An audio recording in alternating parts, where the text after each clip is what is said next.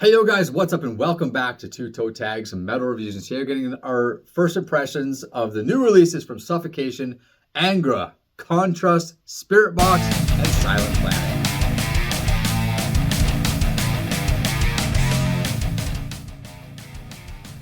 So this is a big day for metal releases. There's also other ones we aren't covering because we didn't have time to listen to everything. But the 5 that we did check out, 2 of which are EPs, just pointing that out, that's being Spiritbox and Silent Planet. Silent Planet was not an EP, that was an LP. Silent Planet was an LP, sorry. What was the other EP? The other EP was Insomnium. Insomnium, which I listened to, but he didn't, so we're not covering it here. That's what it was. So, anyways, let's just get into it. I started my day with Suffocation, okay? Hymns from the Apocrypha. We reacted to... what was it called again? It wasn't the title track, was it? I don't remember. We reacted to one of the songs. I don't have the list of songs in front of me. And I thought about it earlier. I was like, oh yeah, I'm going to talk about the one we reacted to. And I didn't write it down. But anyways. I think it was Seraphim Enslavement. I think that's what that sounds about right, yeah. So we reacted to that song a couple months ago, maybe. And we kind of both were like, yeah, this is pretty good, but not too great. Made a couple comments about the vocals being very kind of linear, like very kind of one-dimensional, and we hoped that the album would have something more than that. So I'm listening to this album, and all I keep thinking when I'm listening to it is I've heard this before. Like I've heard Suffocation do this before. Now Suffocation's a band for me that they're kind of like they're in like a pocket, and they won't come out. They're stuck in this pocket and they've been in there for years, and they just do what they do, and they do it very well in this pocket, and they're stuck there. Do they even need to leave though? Do they need to leave? That's the question I had to. Do they need to come out? Do they need to expand their sound? Do they need to try new things? And the honest answer is no, they don't, because they have a fan base, they have a following, this has been working for them for decades. Okay, so like why fix what isn't broken? Exactly. But when it comes to me as a listener, I like when bands take chances. I like when bands come out of their shell and try new things. Not extremely new. You don't have to reinvent the wheel. You don't have to change genres. But just, go a little extra, right? Suffocation doesn't do that. And for me, that's disappointing. So I like what this band does. I like the way they perform. I like the sound of their music. I like their style. But every Suffocation album to me feels the same. And this is just another one of those. So to get another Suffocation album that feels like the last several Suffocation albums, for me was a bit disappointing. But it's still great musicianship. It's great metal. Just great death metal to listen to. So I'm kind of a 50-50 on it. I liked it, but I didn't like the fact that it was just more of the same. I mean, we did review Of the Dark Light way back. It was one of the first albums we ever even reviewed on this channel. It was early, yeah. And I remember both of us were really bored by that album. Yeah. This album did not bore me the same way, so it's better just from that alone. But you haven't spent a week with it yet. No, I haven't spent a week with this one, but based on a first impression, I enjoyed this better than I feel like I enjoyed the last record. I would agree, yeah. And I was thinking a little bit after the first track, like, are these songs longer than they need to be? Because they're all average length, about 5 minutes. But for death metal, 5 minutes is kind of long. It feels long, yeah. For this style of death metal, it's on the longer side. But I feel like it was really only that track, the title track, that I felt like was a bit longer than it needed to be. There were moments that stood out, and I liked that. There's a slow section in Perpetual Deception. I liked that, and then it ramps back up. It feels even better now that you got this slow part. Now it's fast again. Really, really cool.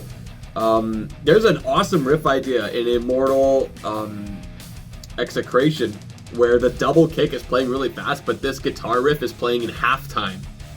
So it's really cool that you have that juxtaposition of speed, essentially. Yep. And it's just really striking. Like, oh, that's something interesting. It's cool that they had a creative idea like that. But I agree with you about the vocals. You mentioned that in our reaction, and I agree. I wish there was more than just this one growl, because that's variety. That's all there is. A little bit of variety. Add a scream. Add a super guttural. Add something.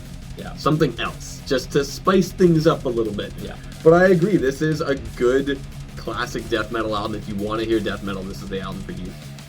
I like that it's very pristine in its production and execution. Everything sounds really clean, and I really like that a band this old, from the early 90s even, has been able to, say, like, polish, like, have a polished sound today. Yeah.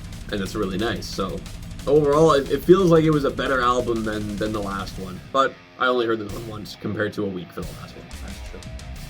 All right, so on to the next album. Let's talk about Mad World by Kontrust. So this is a band that years ago they had one or two videos and songs that came out, and we kind of liked them. They're fun, kind of upbeat songs with some good vocals and stuff like that. And then we listened to this recent single, which was I Physically Like You. And we hated it, basically. We reacted to it. We basically crapped all over it and said this is kind of garbage. But we decided, we're going to check the album out when it comes out. We'll give it a chance. Maybe there's something there. Maybe if you listen to the whole album, the songs will grow on you or something like that. No. There's nothing. There's nothing here. This album is pretty bad. It's... It sounds like they're trying to do a lot of creative things, but everything they're trying is falling flat. Like, we talked a bit about this beforehand. I thought they were kind of going for like a bit of a System of a Down vibe with the quirkiness, but not doing it at all. What did you said you had a good comparison. What was that? When I was listening to this album, it kind of sounded to me like this band listened to Eiffel 65 and Aqua and said, let's do a metal version of that. Yeah. And it did not work. Yeah, and then there's that, like, what did the Fox Say song, and then Crazy Frog. All these kind of quirky songs that are kind of like reminding us of from this album, but none of what's on this album sounds anything like those. It's just Well, here's the thing, though. With What Does the Fox Say? That's the kind of song where let's do this annoying chorus that gets in your head, and that's what's going to get this popular and trending, right? This band tried to tap into that. It felt like at this album's worst, it was trying so hard for this like annoying quote-unquote hook that was supposed to get into your head, but instead I'm just like, next song, because I don't want to hear that anymore. And there were songs that didn't sound as bad, and these were the songs that weren't trying as hard to do that. What were some of those songs? Because I have one that was like in like the maybe column for me. There was like, I think, 3 of them? Black Soul, The End, Lederhosen and Overkill has yodeling in it. I thought that was interesting. It's interesting, yeah. I'm like, hey, okay, cool, you don't really hear yodeling in metal often now, do you? So Black Soul was the only song that I thought was like a passable song. And it caught me at the intro. I was like, okay, this is something I can kind of get behind. I felt like I was being generous with my opinion, but I felt like, okay, I'm kind of getting behind this. It was reminding me a bit of like Skindred with like System of a Down, but not as heavy as either. I was getting some vibes there. But as the song progressed, my interest that was peaked dwindled. So it caught my attention at first, but the staying power was just not there. So overall, this is a hard pass from both of us. Yeah, it's really just not happening. Like they tried really hard to make something hooky and catchy. It didn't work, and the songs that weren't trying as hard were the better songs. So do more songs like that as opposed to ones like the single. I do think the band went through some lineup changes as well. I don't think the female vocalist that's in the band currently is the same one that we saw in the previous videos that happened years ago that we did like. Okay. So that could be a contributing factor to why the sound has changed or why the band is not really gelling like they may have used to. But maybe fans of this band will like this new album, and I'm curious to know if any of you guys are fans of Contrust. How do you feel about this? Do you agree with us, or is this a hit for you? Always curious to know. Anyways, on to the next one. Let's talk about Angra. Oh, Cycles of Pain. So, Cycles of Pain. We reacted to 3 singles. Loved all of them. We're over the moon for these singles. Super hyped for the album. And today's the day. It's out. We heard it. We heard it. So I listened to the album, and my overall thoughts of the album, even the singles, I'm listening to them going, I thought I loved this. How come I'm not loving this as much as I did when I first heard it? And it was a bit of a mystery. I wasn't quite sure why I was feeling that way.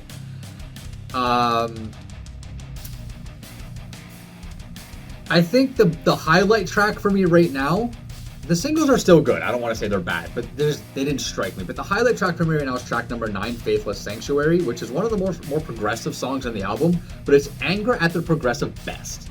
So this band, I think, is progressive power metal. That's how I would categorize them. Yeah, makes sense. And this song just has a really cool proggy intro. It's just proggy all the way through, but all the sections just feel like they're their own kind of entity, but they all gel together very well. But there's one part in the middle of the song where, again, it's this cool proggy part, and then it transitions into this cool section with this really nice double bass footwork, and I really like that section. I was like, oh yeah, this is good, I can get behind this. Then it goes back into some really cool proggy stuff, and it's just, I don't know, it's one of those songs where I kept going, this is cool, this is cool, this is cool, this is cool, and that's what I want in a song, that's what I want in music. Another thing that I liked about the album on a first impressions is the fact that tracks 4 and 5, which are both essentially Tide of Changes, but it's part 1 and part 2, which was one of the songs we reacted to, they have it separated where they have the intro as track 4, and then the main song is track 5. Yeah, right? so if you don't like the intro, you don't skip it. You can skip it. You don't have to listen to it, which I think that's good because songs with long intros sometimes can get a little bit boring, or you don't really want to listen to it because you don't want to sit through a minute and a half or so of intro to get to the meat and potatoes. It can be tough when it comes on in a playlist where it's like, oh yeah, this has like a bunch of time before it actually starts. So I think that's a good creative choice to separate them like that and give listeners the freedom to either listen to it or not. Another thing that I'll mention before I pass the floor to you, just because I'm curious to know what you think about this. The very first track, Cyclist Dolores, was just an opening interlude track. I just thought this was funny because every time I see Dolores, it reminds me of the Seinfeld episode where he doesn't know his girlfriend's name, but he just knows it rhymes with a female body part. And then he's like, at the end, she's like, you don't know my name, do you? And he goes, Mulva? And she's like, bye, Jerry. And she leaves, and he goes, Dolores! It rhymes with clitoris. It's just... Vulva rhymes with vulva for anybody that doesn't know female anatomy. Anyways, it reminded me of that, so I got a little bit of a chuckle out of it, so I thought that was funny. I don't know what Cyclist Dolores actually means in regards to this album or this song title, but it gave me a little bit of a laugh because of the Seinfeld episode. What did you think of it as an intro? It was fine. I don't think it's something that I'll listen to every time I put the album on. I'll probably be skipping it every time I put the album on because I don't think it's as necessary as it needs to be. But I think for a first time listen, it does its purpose. It suits its job. It sets up, some atmosphere and some energy there for, the next track to kick in. So it does its job, but I think it's probably going to end up being a pretty often skipped track. What I think makes a track like that effective is that it's under 1 minute. When That's you true, have too. an intro or an interlude that's under 1 minute, it really doesn't matter what it is because it's gone before you even realize it's That's there. right. Keep it around like 40 seconds-ish, and you're going to have happy listeners, I think. We've seen that happen before. Like, we've seen interludes and intros that are under a minute or even 30 seconds, and they work. Yeah. So I think it's effective to have it this short. Yep. So, I enjoyed this album. I had some fun with it. Regarding the singles, Ride Into the Storm, I still enjoy quite a bit. Awesome. Yeah. And Gods of the World, I actually like more now than I liked when we first heard it. When we first heard it, I'm like, yeah, this is really good. Maybe not as good as the other two, but it's still really good. But I like that it doesn't have the grandiose fanfare that other songs have, and that makes this a good change up of pace. So it's like, okay, we got something different here when you get to that point. It's not like every song is going to have this big whimsical intro and that. You got ones that are more straightforward as well. And I like that. Tide of Changes, I like, and it's a good mid-album break song, and I say that with many quotations because there are really that many breaks on this ride. I don't think so. It's a pretty intense album from front to back. You don't really have much downtime until you get to the end. I felt like there was a lot. When I was listening to it, I felt like there was a lot of slow parts. I mean, I don't know, man. It's hard when you listen to an album once on a first impressions and you gotta write notes and then come and record a video about it. It's hard to really pinpoint exactly what you just experienced. But for me, I felt like there was a lot of downtime on this, like a lot of mellow parts, drawn out parts, and that's not necessarily a bad thing, but it's not exactly what I'm hoping for or looking for. Either way, I feel like Tide of Changes Parts 1 and 2 are good, like, middle album tracks to have. Yeah. Part 1 is really pretty, and I like the focus on the bass in it, which is really nice. But there were a bunch of small parts of songs that I really, really enjoyed. The hard, like, hitting pre-chorus of Dead Man on Display is really cool. And then there's this juicy mini drum solo before the second guitar solo. There's 2 guitar solos. Before the second one, the drums he's just ripping it, and it's like, oh my god, that's awesome. Vida Seca starts with this really cool Latin vibe, and then after a minute of that, I guess, intro, the band comes in on top of that, and it's really cool. Like, whoa, they add so much atmosphere and so much more to what I already have here from this song. Thought that was really cool. That was a really nice one. Faithless Sanctuary I like as well quite a bit, and from my first impression, to me it's kind of like the successor to Caveman from the last album, Omni. Okay. That's just the vibe that I got. And I made a note that, I realized, like, the vocals are like Bruce Dickinson in his prime singing old school Dream Theater. That's what it felt like, and that's a sick combination too. Yeah. Like, it sounded awesome. It's just a very strong vocal performance. The bridge riff is awesome. The solo was great. Like, that song, totally awesome. I also like the last track, Tears of Blood. It's got this brooding intro, and I feel like overall it's a pretty effective closer to the album, especially there's a lot of intense energy in some of these songs. To have this kind of like slower paced, kind of like almost evil sounding song to kind of go out with. And the harmonies and the choruses of that song are also really nice. It was nice to hear, I think, like 3 voices essentially harmonizing with each other. Yeah. It was pretty cool. So overall, it was a really fun album. Do I like it right now more than I liked Omni? Maybe not, but, I've only heard this album one time compared to Omni many times because we reviewed it. Yeah. So I'd have to hear this album more to really compare the two. But overall, though, I still think it's a strong album. All right, let's move on. Silent Planet, Superbloom.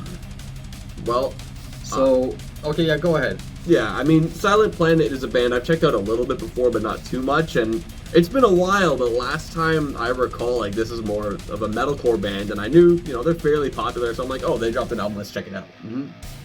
I put it on, and I started noticing, like, an EDM vibe from the Offworlder. I'm thinking, okay, this is really cool that you got this flavor put in here, but they're still throwing down hard, and I like that. And I'm noticing this is a lot heavier, or more progressive than I would have expected from a metalcore band. So they're on that progressive metalcore side, and I thought that was really cool. That is the kind of stuff I really like. So I was into that, and I like that they had all this electronic stuff, which reminded me of some of the stuff Brand of Sacrifice is doing these days. So I thought that was super duper cool. A song like Collider sounds a little bit more like what I expected, but I like it. I think the vocals are nice, like the cleans and the harshes. And this album and band to me did not feel like a dime a dozen metalcore band, because that's happened plenty of times on this channel where we check out a metalcore album and we're like, yeah, well, it's a metalcore album, and there's nothing else to say. We shit on metalcore. We do. There's lots of genres where that happens. It feels like a thrash. Feels like another thrash band. Feels like another death metal band. I know what you mean, though. Yeah, I guess you make a good point that, like, there's a lot of genres that have that. Yeah. Where it's like, well, yeah, they all kind of sound like the same thing, with thrash, with death metal, with deathcore, with metalcore. Like, I guess so. This is not an exclusive issue for metalcore. No, it's not. So, anyway, this album and this band does not, like, it feels like they stand out. And the breakdown in Collider I thought was pretty funny with this, like, string bending. Like, what the heck is this? I thought that was pretty cool. But it also has a really nice blend of hitting hard and the pretty melodies. Dreamwalker is another notable song. The bounce on this song is sick. Like, it was reminding me of something I would hear from, like, old school new metal, almost like a heavier Korn song is kind of what this felt like, and I thought that was cool, especially for this album. They're bringing that out, like, what the hell? That's awesome. But yeah, I was noticing that a lot of really cool heavy stuff, a lot of really cool melodic stuff. I like that fusion in there. And overall, like, it was just entertaining throughout. And there were multiple songs I thought, yeah, this one's cool. What's that one? Ooh, this one's cool. And yeah, it was a cool album. Yeah, this is an album that I wasn't really planning on checking out today. I basically have a list of albums that I'm planning on checking out throughout the year. It's a pretty extensive list, and this wasn't on there for whatever reason. Maybe I missed it or whatever. But then TV Fish was like, "Oh, I checked out the new Silent Planet. It's awesome, right?" So I was like, "Okay, let's check it out." So I put it on, and I thought it was good. I enjoyed it from beginning to end, but again, it's one of those albums for me, at least on a first impression, and I like to stress that. Nothing stood out to me. Nothing was like grabbing my attention and making it like, oh, I should check this song out again, or I can tell you guys about this awesome part. I didn't really experience any of that. But I think this is also a case where maybe my focus was in the wrong place. And hearing you talk about it, I think, you have a pretty good grasp on music, and I understand where you come from when you listen to things and when you review things. We've been doing this for a long time. So I think just based on what you said, there's stuff here that I clearly missed. And that if I went back and listened to it with a more focused attention, that there's probably be stuff here that I can really get behind. It's not bad. I gotta stress that too. I'm not saying I hated it or anything like that. There just wasn't really much there for me to grab onto. So again, like you, I was expecting more of a metalcore type of vibe, but this sounds like a progressive album to me. I don't know if they did a genre shift or if this is how they've kind of always sounded like. I'm actually pretty new to this band. I don't know what their previous work really sounds too much like. So yeah, this was it was good, but I don't really have much to say about it. Is basically where I'm coming from. So it's one of those albums that I'm definitely going to put on and listen to it more when we do our year-end considerations, where we go back and listen to all the albums throughout the year. This is one I'm going to make sure I put more focus on, because I think there might be some stuff there that I just missed on this first listen. So that's that. On to the last but not least band and work of the day. I'm not going to say album because it's an EP, and that's Spiritbox with The Fear of Fear. So I think... well, for one, we reacted to Cellar Door, and we both thought that was a great song. Oh my God, that was crazy. Right, and this is a band that I'm not really a fan of. I'm just going to put that out there. I don't really like this band that much. They have a few things that I can get behind and I can enjoy, but overall, this band is just not my flavor. But I think this EP is some of the best work this band has done, which is saying a lot coming from me as a non-fan. Songs like Too Close, Too Late... The Void and Ultraviolet, they're a little bit too much on that poppy side of metal for me. Just my taste just doesn't really like that. But then you have tracks like Cellar Door and Angel Eyes, which are much more alluring to my ears. And, just a heavy music listener, I think those are much more attractive. Like I think this is some of the best work this band has done. To me, it's a little bit disappointing that the whole EP is not more like the two aforementioned songs that I just brought up. If they were more like that, if more of the songs were like Cellar Door and Angel Eyes, I think this would have been a huge hit for me. But 2 out of 6 tracks is, that's pretty bleh in my opinion. I would say their older stuff, like prior to Eternal Blue, is more similar to that stuff. Not to say it's exactly like that, but like it's more closer to that than the stuff that they blew up for was. Right, yeah. I thought this was pretty neat. I mean, Cellar Door was, when we reacted to it, and still is now, like, Song of the Year contender. That song is incredible. They put on their Veil of Maya pants, and they went crazy with that song. I also liked Angel Eyes, also another hard-hitting song. As far as the softer ones, I liked Ultraviolet. I found that Ultraviolet is a good way to end it. I feel like if this was an LP, that would have been a good closer. And especially considering the energy of some of the other songs, I do think that a song like Too Close, Too Late is... Songs like those are how this band really blew up. Even though Holy Roller was popular and that blew up, but they gained steam from that and blew up more. And I think it's because this is a very accessible band for people. It sounds mainstream, yeah. So, it's a lot easier for people to get into Spiritbox because of songs like this, which is why I think this EP is really good, a really good way of getting into this band.